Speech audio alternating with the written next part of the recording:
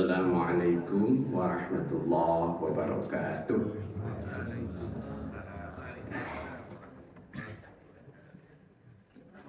Inna hamdanillah nahmaduhu wa nasta'inuhu wa nastaghfiruh wa na'udzu billahi min syururi anfusina wa sayyiati a'malina. May yahdihillahu fala mudilla lahu wa may yudlil fala hadiya lahu. Asyhadu an la ilaha illallah wa asyhadu anna Muhammadan abduhu wa rasuluh. Allahumma shalli wa sallim wa barik ala nabiyyina wa rasulina wa habibina Muhammadin wa ala alihi wa ashabihi amma ba'du. Wa qala ta'ala a'udzu billahi minasy syaithanir rajim. Bismillahirrahmanirrahim. Ya ayyuhallazina amanu kutiba 'alaikumus shiyam kama kutiba 'alal ladzina min qablikum la'allakum tattaqun. Shadaqallahul 'azim. Jamaah sekalian, jamaah majelis ta'lim subuh Masjid Baitul Mukmin yang dimuliakan Allah. Pertama-tama kita panjatkan puji dan syukur kehadirat Allah Subhanahu wa taala. Alhamdulillah pada subuh ini kita masih diberi umur, diberi kesehatan, juga diberi kesempatan untuk dapat bertemu kembali di majelis ini. Salawat dan salam semoga senantiasa Allah curahkan kepada Rasulullah Sallallahu Alaihi Wasallam beserta keluarga dan para sahabatnya. Jamaah sekalian, dalam kesempatan ini kita akan mulai membicarakan tentang ibadah saum. Karena kita sekarang sedang berada di bulan Sya'ban. Ada beberapa riwayat yang menyampaikan bahwa di bulan Sya'ban ini setidaknya ada dua peristiwa penting. Yang pertama adalah turunnya ayat tentang perubahan arah kiblat. Surah Al-Baqarah ayat 140 berapa itu, 45 kalau tidak salah. Kemudian yang kedua yang akan menjadi fokus pembicaraan kita adalah turunnya ayat Al-Quran, yaitu surah Al-Baqarah ayat 183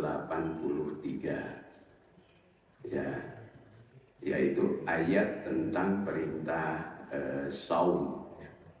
Surah Al-Baqarah ayat 183.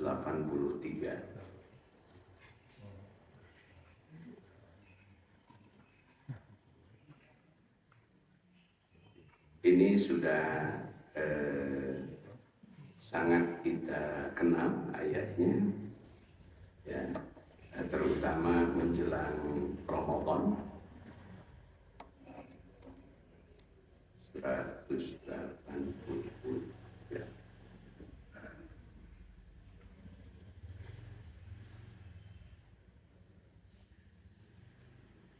Ini ayatnya. Allah Ta'ala berfirman, A'udzubillahi minasyaitonir rajim. Ya ayyuhallazina amanu kutiba 'alaikumus shiyam kama kutiba 'alal ladzina min qablikum la'allakum tattaqun. Shadaqallahul 'azim. Ini turun kalau menurut penjelasan Syekh Abu Bakar Jabil Al-Jazair dalam Minhajul Muslim, menurut beliau ayat ini turun pada hari Senin. Pada hari Senin, tapi tidak disebutkan tanggal persisnya, tapi pada tahun kedua Hijrah. Jadi tahun kedua Hijrah sesudah Rasulullah SAW hijrah ke Madinah. Ini memberikan sebuah isyarat ya, bahwa di bulan Sya'ban ini memang sepatutnya kita mempersiapkan diri ya sedini mungkin untuk istilah sekarang itu namanya tarhib Ramadan ya.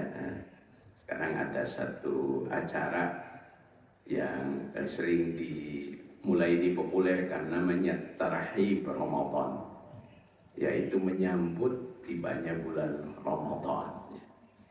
Nah karena itu kita coba mulai hingar-bingarkan ya suasana Ramadan, yaitu dengan mengenal kembali atau membaca kembali ayat-ayat tentang saum. Tentu kita nanti akan mendapatkan banyak penjelasan dari berbagai sumber ya. Nah ayat ini diawali dengan ya ayyuhallazina amanu, wahai orang-orang yang beriman. Ini kalau saya temukan penjelasan dalam kitab Safwatut Tafasir Syekh Ali As-Sabuni. Beliau menjelaskan bahwa di balik seruan ya ayyuhallazina amanu ini terdapat satu seruan yang sangat menggetarkan. Kata beliau, nadahum bilafdil iman. Mereka, yakni kita kaum muslimin ya, diseru dengan lafaz iman. Itu maknanya adalah liyuharrika fihim, supaya Allah menggetarkan, menggerakkan apa yang ada di dalam diri mereka. Apa yang hendak digetarkan oleh Allah, masyairat ta'ah, yaitu pusat kesadaran ketaatan. Karena ekspresi yang paling nyata dari bukti keimanan seorang muslim itu adalah diekspresikan dari bukti ketaatan ya, sami'na wa ata'na. Kalau dalam Al-Quran itu ada ayat sami'na wa ata'na. Jadi kata Imam Ali As-Sabuni, itu mereka, kita dipanggil oleh Allah dengan lafaz iman ini liyuharrika fihim, supaya Allah dapat menggerakkan apa yang ada di dalam diri kita sekalian, yaitu masyairat ta'ah, masyair, pusat kesadaran ketaatan, wa yuzkiya fihim, dan supaya Allah dapat mengobarkan apa yang ada dalam diri mereka, jadwatal iman. Kalau alias menyebut namanya jadwatal iman, gelora semangat keimanan. Jadi ini seruan di ayat ini. Nanti kita akan bahas lebih lanjut tentang sekelumit tentang makna shaum. Tapi pada kesempatan ini saya juga ingin menyampaikan satu pandangan lain tentang shaum.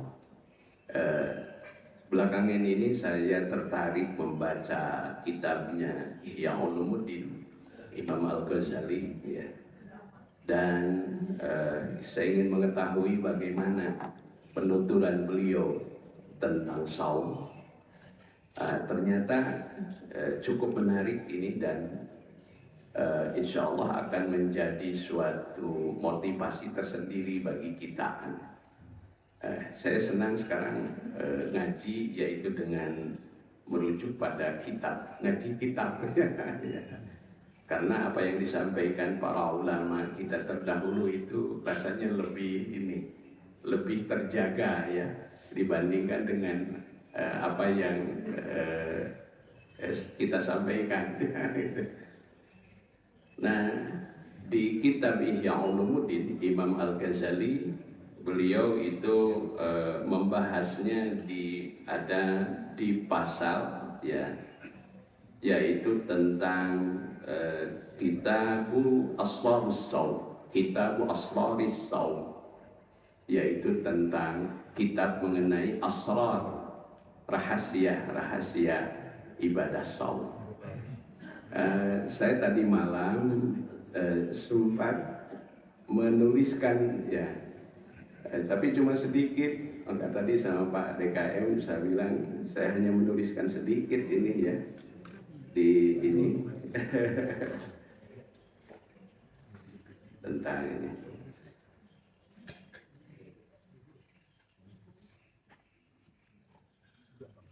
Sempat menuliskan sedikit tadi malam. Ini coba kita lihat nih. Mudah-mudahan bisa membantu penjelasan. Ini diambil dari intisari dari Ihya Ulumuddin.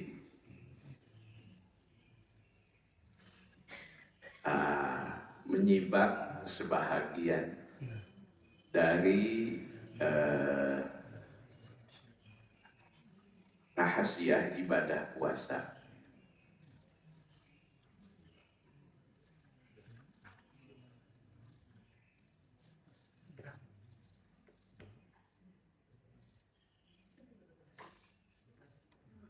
Baik, sebenarnya di Ihya Ulumuddin selengkapnya lebih detail ya.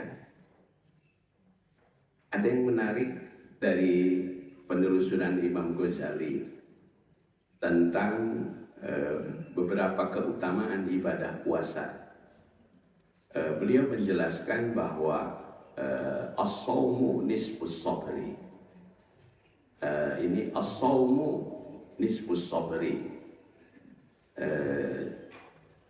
wa bi muqtadi qawlihi sallallahu alaihi wasallam as-sabru nisful iman. Jadi kata beliau bahwa puasa itu adalah setengah dari sabar. Ya, setengah dari sabar puasa itu. Setengah dari sabar. Jadi kalau kita menjalankan puasa berarti kita sudah mendapatkan 50% dari sabar. Ini merujuk pada apa yang dituntutkan oleh sabda Rasulullah Sallallahu Alaihi Wasallam bahwa as-sabru nisful iman. Sabar itu adalah setengah dari iman. Ini maka saya tulis di sini puasa itu, kalau di sini lebih detailnya, puasa itu 1/4 dari iman. Ya, 1/4 dari iman ya. Sedangkan sabar setengah dari iman ya. Jadi kalau kita saum berarti kita sudah mendapatkan 1/4 dari keimanan ya. 1/4 dari keimanan. Sedangkan sabar setengah dari iman. Ada yang bertanya, lalu Ustadz yang setengahnya lagi apa? Saya katakan yang setengahnya lagi adalah syukur. Jadi secara garis besar kontribusi keimanan yang paling besar itu ada pada kesabaran dan syukur. Tapi untuk lebih menguatkan agar nilai spiritualitas kita lebih optimal, maka dikuatkan dengan yang ketiga, yaitu sabar, syukur, dan satu lagi tawakal. Sabar, syukur, dan tawakal. Ada sebuah buku menarik, buku itu kumpulan tulisan-tulisan para kekasih Allah. Di situ ada tulisan Syekh Abdul Qadir Zailani, ada tulisan Ibnu Taimiyah, ada Ibnu Qayyim Al-Jauzi, ya para ulama dan para kekasih Allah. Judul bukunya itu Belajar Berjiwa Besar. Wah, ini baik. Belajar berjiwa besar. Nah, ternyata modal utama kita untuk dapat berjiwa besar itu 3, yaitu sabar, syukur, dan tawakal. Sabar, syukur, dan tawakal. Nah, untuk sabar ternyata kontribusinya, sumbangan yang paling besar itu dihasilkan dari saum. Nah, ini. Maka Al-Ghazali di sini menyampaikan begitu. As-sabru, beliau sebelengkapnya begini. Fa inna shaum rubu'ul iman. Karena sesungguhnya puasa itu adalah seperempat dari iman.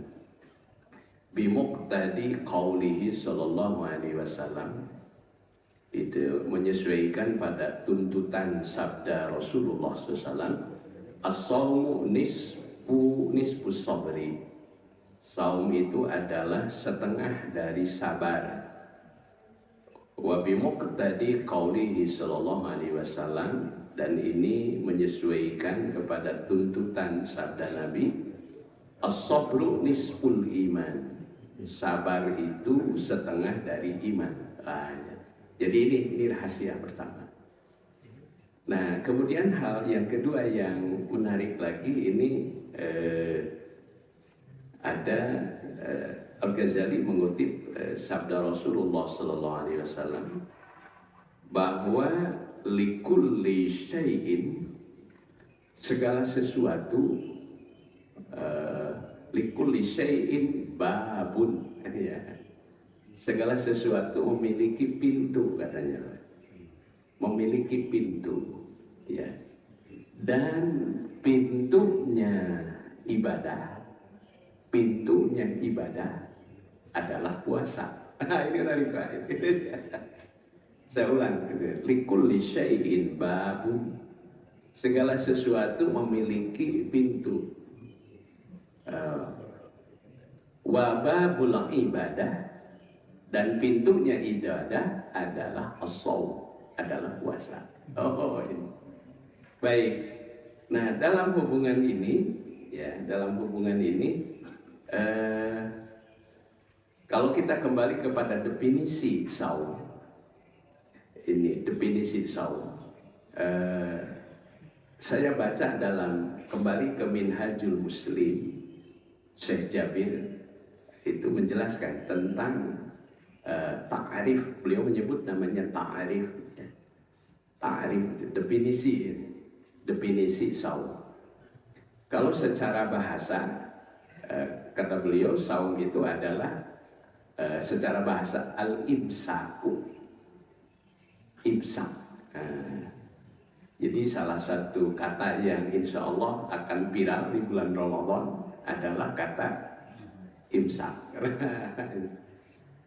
Tapi yang saya lihat cukup menarik penjelasan beliau dari definisi yang dikemukakan oleh ulama yang lain. Nah, Syekh Jabir menyebutkan begini, menurut istilah atau terminologi, kalau istilah akademik, saum itu adalah al-imsaku biniyati ta'abbudi. Nah, ini ada kalimat penting, yaitu menahan diri dengan niat ta'abbud. Ini niat ta'abbud. Nah, ini yang saya tidak temukan definisi ini pada definisi ulama yang lain, yaitu menahan diri dengan niat ta'abbud. Nah, apa itu ta'abbud? Ta'abbud itu artinya menghambakan diri kepada Allah. Nah, ini kata kunci, menghambakan diri kepada Allah, ya. Biniyati ta'abbudi. Nah, kalau saya ajak bapak-bapak dan ibu sekalian ingin ngaji lebih dalam tentang makna ibadah, itu ada kitab Al-Ghazali yang lebih spesifik bicara tentang ibadah, Pak. Dan itu ditulis, itu kitab terakhir sebelum beliau meninggal dunia. Nama kitabnya Minhajul Abidin. Minhajul Abidin. Nah, dalam Minhajul Abidin Al-Ghazali menuturkan bahwa tujuan penciptaan manusia yang paling inti itu adalah dua.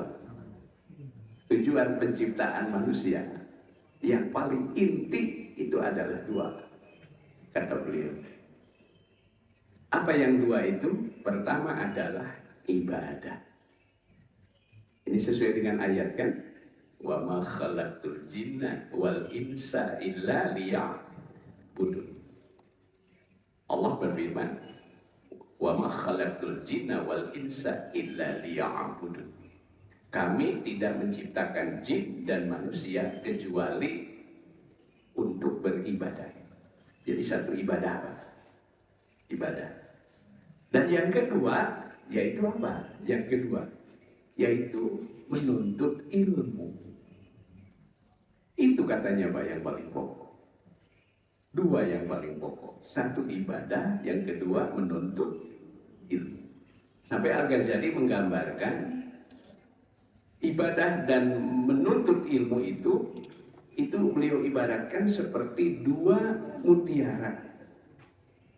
Dua sisi mutiara, ya, dua sisi mutiara yang satu sama lain saling melengkapi. Nah, lalu dari kedua mutiara itu mana yang harus didahulukan? Harus didahulukan. Jika harus dicari prioritasnya yang paling utamanya, dari kedua itu mana yang harus diutamakan? Ternyata adalah menuntut ilmu. Beliau alasannya, sebab bagaimana mungkin kita bisa beribadah dengan benar tanpa dasar ilmu. Contohnya begini, contohnya misalnya, bagaimana mungkin kita bisa beribadah dengan benar kalau kita tidak memahami betul tentang siapa yang kita ibadahi. Nah, maka disinilah lalu muncullah ilmu ma'rifat. Ma'rifatullah. Akidah. Akidah. Jadi ilmu dulu. Nah, baik. Karena itu di sini kembali kepada ini kolom yang kedua, ya. Segala sesuatu memiliki pintu. Ya, segala likulli syai'in babun. Segala sesuatu memiliki bab, pintu bab. Wa babul ibadati as-shaum. Dan pintu ibadah adalah puasa. Oh, saum. Itu. Jadi artinya kita akan beribadah dengan benar. Itu artinya akan betul-betul merasakan ibadah dengan benar itu ketika diawali dengan shaum. Inilah agaknya sehingga mengapa Allah Subhanahu wa Ta'ala dalam setiap tahun itu mengagendakan dari 12 bulan yang kita lalui, ada satu bulan di mana di situ kita diwajibkan untuk berpuasa. Ya ayyuhalladzina amanu. Baik. Jadi pintu ibadah itu adalah shaum. Ya. Maka kalau seseorang yang ingin masuk ke dalam satu wilayah, ada yang disebut namanya wilayah. Kalau dalam bahasa spiritual itu disebut namanya wilayah khilyah. Khilyah, ya, wilayah pengosongan. Ya. Jadi santapan ruhani wilayah pengosongan diri itu adalah meninggalkan makan dan minum. Santapan ruhaninya itu meninggalkan makan dan minum. Ini. Nah, jadi jamaah sekalian yang dimuliakan Allah Subhanahu wa Ta'ala. Nah, ini poin yang kedua. Segala sesuatu memiliki pintu, dan pintu ibadah adalah saum. Saya coba tarik ini benang merahnya, Pak. Tadi dengan definisi saum yang dikemukakan oleh Syekh Jabir Al-Jazair. Beliau menegaskan bahwa puasa itu adalah al-imsaku biniyatit ta'abbudi. Nah, ini kata kunci, saya. Kata kunci. Yaitu menahan diri dengan niat ta'abbud, ya, ibadah. Nah, supaya kita dapat mulai merasakan bagaimana nikmatnya hidup sebagai hamba. Sebagai hamba. Ya. Bulan lalu kita bulan Rajab kan, salah satu peristiwa penting di bulan Rajab itu Isra Mi'raj.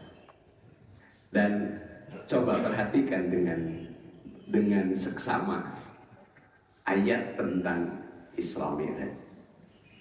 Allah berfirman, Subhanalladzi asra bi'abdihi. Nah, Maha suci Allah yang telah memperjalankan hambanya. Ta'abbud. Saum itu diproyeksikan, diprogram oleh Allah Subhanahu wa taala, yaitu biniyatit ta'abbudi, niat ta'abbud, menghambakan diri kepada Allah. Baik, apa keutamaannya ketika kita sukses menjalankan ibadah saum? Di antaranya, ini hadis populer ini, ya, hadis populer. Poin yang ketiga, setiap pahala kebaikan dilipat gandakan dengan 10 pahala hingga 700 kali lipat. Ya, 700 kali lipat. Ya, 700 kali lipat. Di sini banyak sekali itu penjelasan tentang kullu hasanatin bi asyri amsalihha. Setiap kebaikan itu dilipat gandakan minimal 10 kali lipat. 10 kali lipat. Ya, ila sab'umi'ati di'afin, hingga 700 kali lipat. 700 kali lipat. Illas siyam, kecuali puasa. Kecuali puasa. Fa innahu, karena sesungguhnya puasa itu, ya, ini hadis kursi, ya. Ya, karena itu puasa itu kata Allah adalah sepenuhnya untukku. Wa ana ajzibi, dan terserah akulah untuk membalasnya. Oh, sampai segitunya, Pak. Sampai segitunya. Wa ana ajzibi, dan terserah akulah untuk membalasnya. Wa ana ajzibi, dan terserah akulah membalasnya. Baik.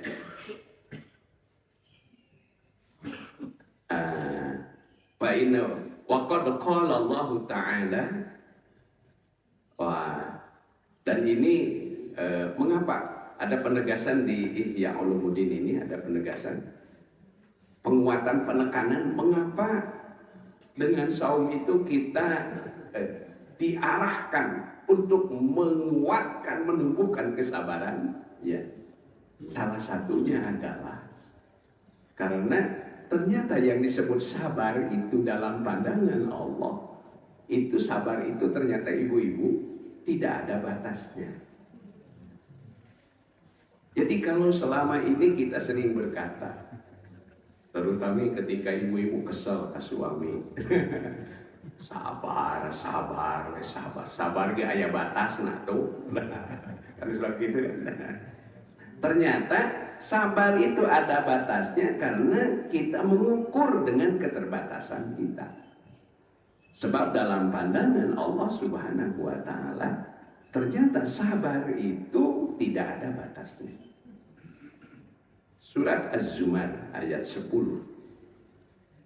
Allah berfirman, innama yuwaffas sabiruna ajrahum bighairi hisab.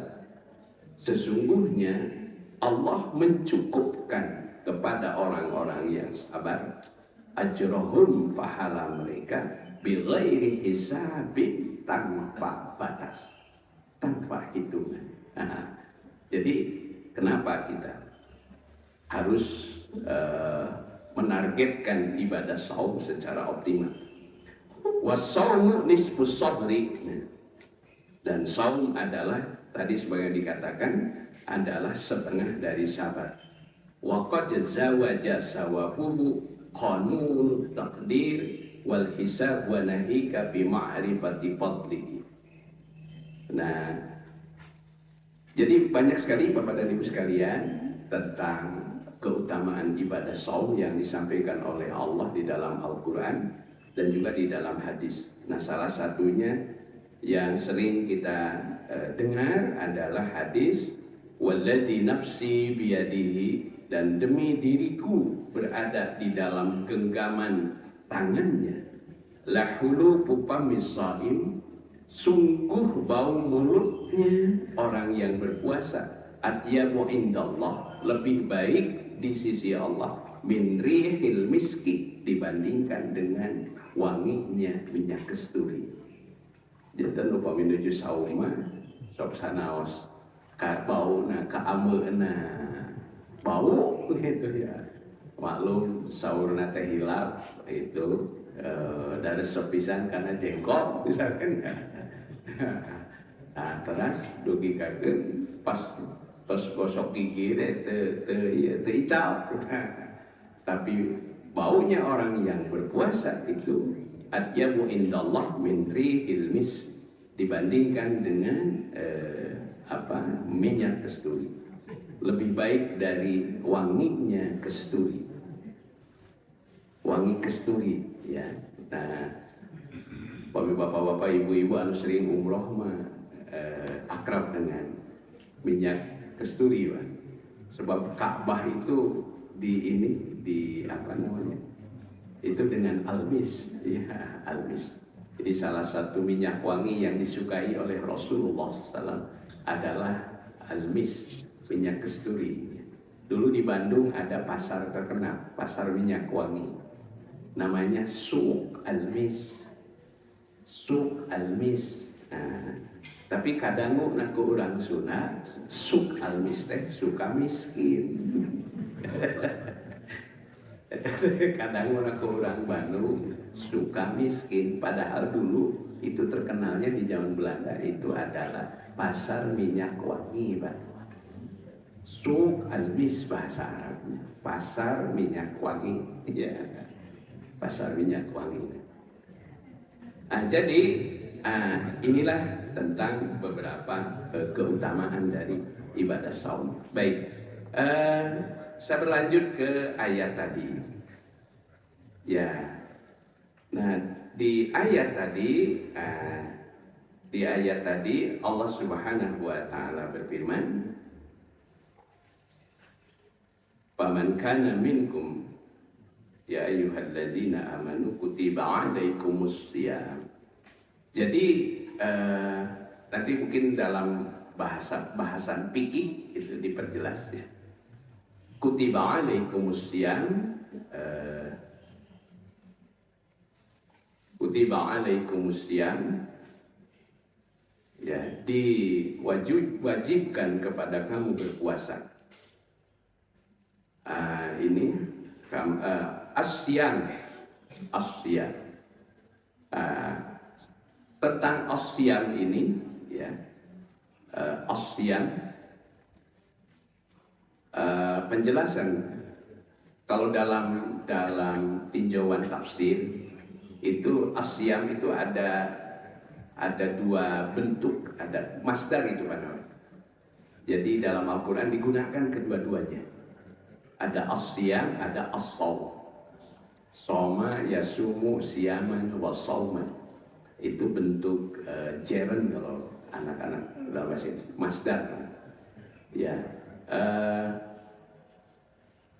Ada yang membedakan sebagian ulama kalau asyam itu makna puasa secara seutuhnya, secara syar'i terutama penekanannya, yaitu tadi menahan diri dengan niat ta'abbud dari makan, minum, wa gisyanin nisa, dan mencampuri wanita.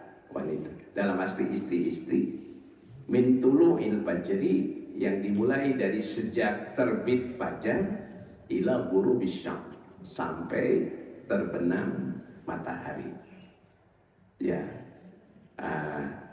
Jadi dimulai dari fajar sidik, ya, waktu subuh.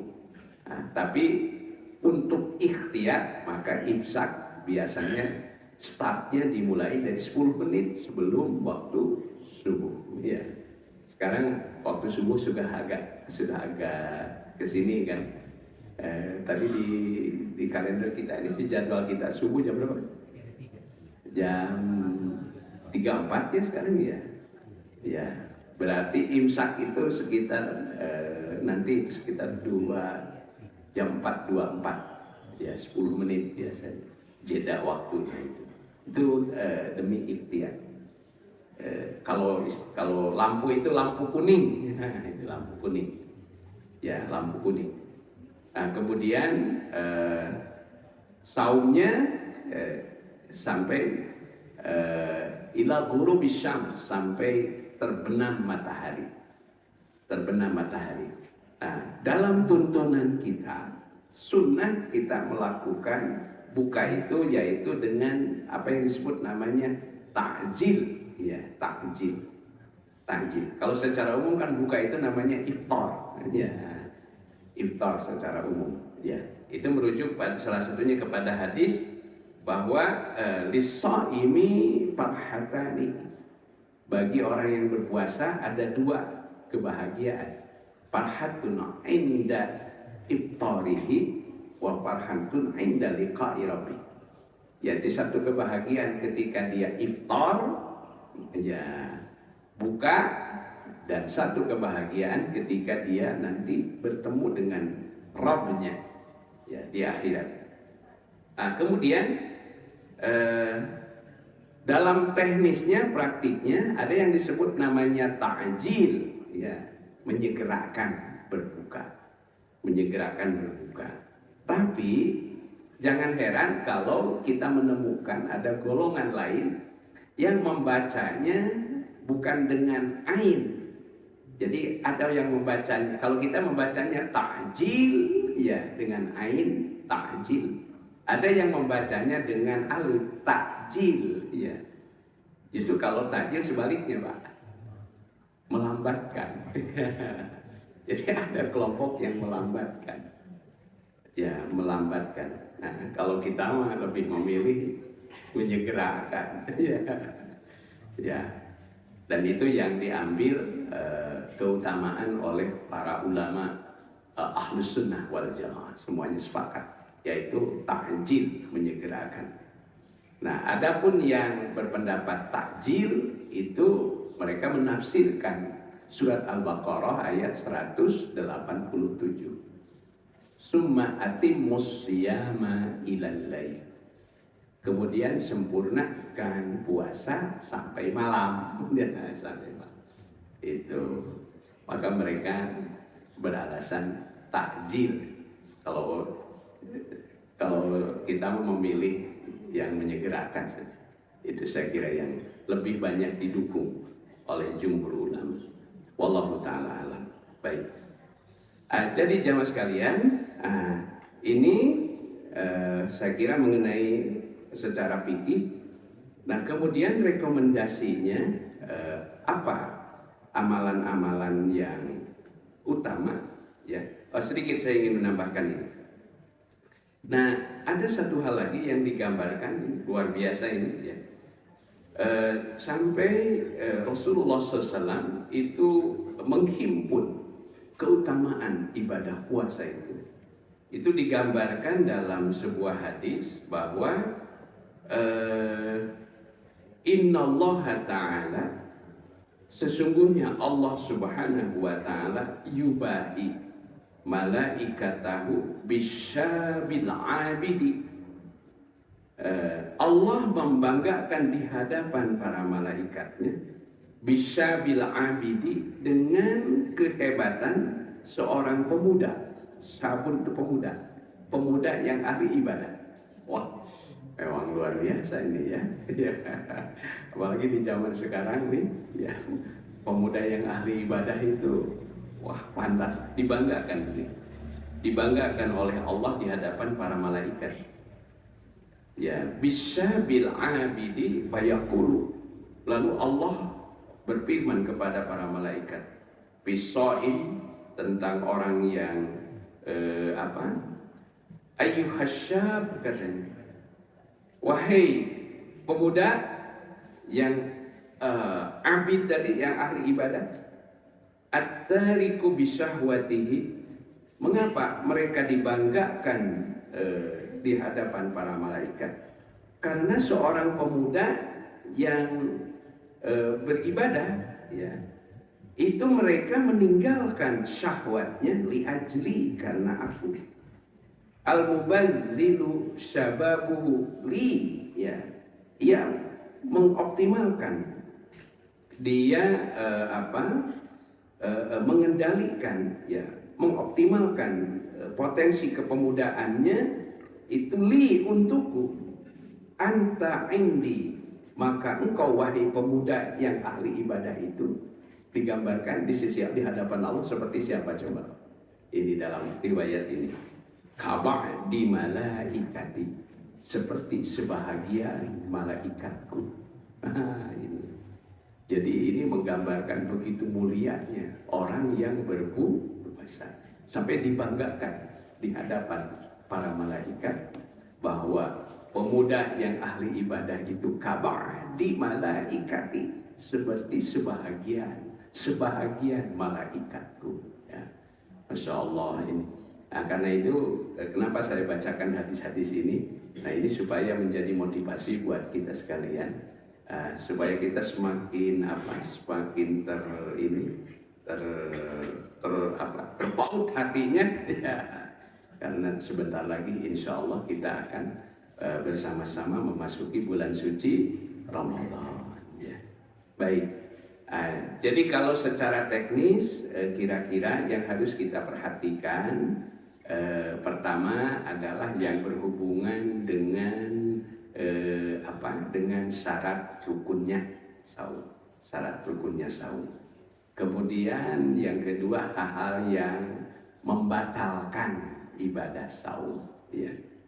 Al-muftirat namanya, yang membatalkan ibadah saum, ya. Selain yang pokok-pokoknya. Kemudian juga yang tidak kalah pentingnya harus kita perhatikan, yaitu bukan hanya membatalkan ibadah saum, tapi juga yang membatalkan pahala ibadah saum. Seperti apa? Seperti ar-rafas. Ar-rafas, ya, kalau disebutkan dalam banyak riwayat hadis itu, ya diantaranya kita qauluz zur, ya, mengatakan sesuatu yang palsu, yang bohong, ya qauluz zur. Apalagi kesaksian palsu, ya. Nah, jadi saya kira di bulan suci Ramadan ini justru merupakan momentum yang efektif bagi kita, bukan hanya puasa secara syariat, tapi juga puasa secara moral, ya, secara moral. Baik, ya, la'allakum tattaqun. Jadi ya, puasa secara moral. Nah, karena itu maka kita sangat dianjurkan selama kita berpuasa, selain kita puasa secara syariat, secara moral, lalu kita perkaya selama saum, yaitu dengan fadhailul amal, dengan amal-amal utama. Nah, amal-amal utama yang paling direkomendasikan itu pertama adalah qiyamul Ramadan, ya, atau ya qiyamul lail, ya, atau kita sering menyebut namanya tarawih. Kemudian yang kedua yaitu tilawatil Quran, tadarus Al-Quran. tadarus Al-Quran, dirasah Al-Quran. Jadi kita